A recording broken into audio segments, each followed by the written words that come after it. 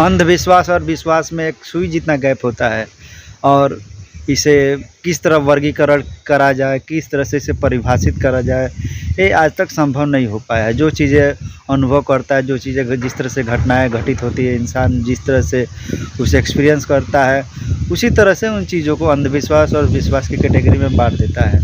और आज का मेरा जो किस्सा है वो इसी अंधविश्वास और विश्वास के बीच का ही किस्सा है।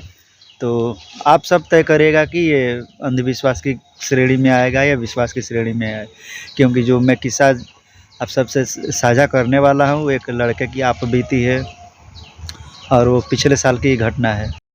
और एक किस्सा उस रात उसके साथ घटित उस भयानक घटना का ही हिस्सा है और वही चीज़ मैं आप सबके साथ शेयर करने वाला हूँ। तो हुआ ये था कि वो सोया हुआ था और जब लाइन कट गया तो वहाँ से वो फुलवारी में उसका मुर्गी फार्म है, वो वहाँ सोने के लिए रात के 11 बजे के आसपास आया।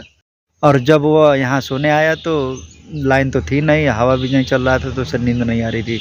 तो लगभग 12-1 बजे के आसपास उसे कुछ अजीब सी चीज़ें महसूस होने लगी और उसमें से एक चीज़ ऐसी महसूस हुई कि मुर्गी फार्म के पास एक आम का पेड़ है, तो उसे लगा कि कोई उस आम के पेड़ से उतर रहा है। और थोड़ी देर बाद चूँकि वो मुर्गी फार्म का दरवाज़ा अंदर से बंद करके सोया हुआ था, तो और चौकी पे था और एक छोटा चादर अपने सर पे, अपने शरीर पे उसने ढक के रखा था। और ये महसूस करके उसकी नींद और भी दूर होती गई। तो थोड़ी बाद उसे महसूस हुआ कि जो जिस चौकी पे सोया है उस चौकी के आसपास कोई मंडरा रहा है लगातार, और उसे डर से वो चादर से अपना मुंह नहीं निकाल रहा था बाहर। ये सारी चीज़ें महसूस उसे हो रही थी लेकिन वो बाहर नहीं निकाल रहा था। और फिर 10 से 15 मिनट बाद उसे लगा कि कोई उस चौकी को पकड़ के झकझोर रहा है, उसको खींच रहा है, हिलाने लगा ज़ोर-ज़ोर से और बेचारे की जो हालत थी और खस्ता होती गई। और वो उसी तरह हिम्मत करके उस चादर के अंदर दुबका रहा और इंतज़ार करता रहा कि कब 4 बजे। और जब अंततः 4 बजे तो वहाँ से रफू चक्कर हो गया, घर गया और सुबह में सारी घटनाएँ उसने घर वालों को बताई और धीरे-धीरे ये सब बातें हम लोग को भी पता चली।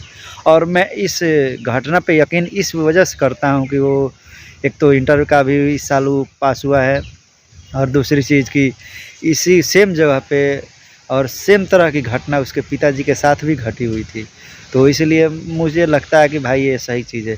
बाकी आप सब कमेंट ज़रूर करिएगा कि आपको ये अंधविश्वास लगता है या बस ये बनी बनाई बातें हैं।